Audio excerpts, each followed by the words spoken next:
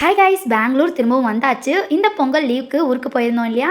அங்கே சந்தையில் கருவாடு பார்த்தேன். ஸோ கருவாடு வந்து என் பையனுக்கும் ரொம்ப பிடிக்கும். ஆனால் எனக்கு அவ்வளோவா வந்து இந்த தொக்கெல்லாம் செய்ய தெரியாது. அம்மா வருவாங்க, ஸோ அம்மா தான் நல்லா செய்வாங்கன்னு சொல்லிட்டு வாங்கிட்டு வந்து வச்சிடலான்னு சொல்லிட்டு கால் கால் கிலோ 2 கவரை வாங்கிட்டு வந்துட்டேன். அம்மா ஒன்று எடுத்துகிட்டு போவாங்கன்னு சொல்லிட்டு.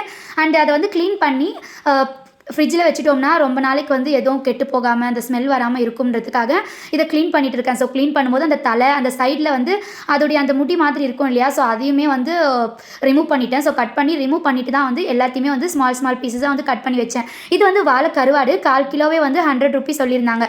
ஆனால் இதில் வந்து ஸ்கின் அதிகமாகவே இருந்தது. ஸோ வேறு இடத்துல நான் பார்த்த வரைக்கும் வந்து ரொம்ப மெலிசாக இருக்கும். ஆனால் வந்து இவங்க ஊரில் மட்டும்தான், அதாவது என் ஹஸ்பண்டோட ஊரில் மட்டும்தான் இவ்வளோ நல்லா சதையோடு வந்து கருவாடு கிடைக்கும். இந்த ஒரு கருவாடு மட்டும்.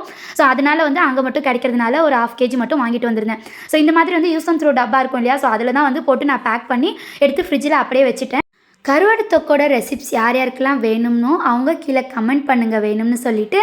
அண்ட் வேறு யாருக்கு வந்து கருவாடு ரொம்ப பிடிக்கும்? ஸோ இப்போதைக்கு என் பையனுக்கு வெறும் உப்பு மிளகாத்தூள் போட்டு இதை ஃப்ரை பண்ணி தான் தரப்போகிறேன்.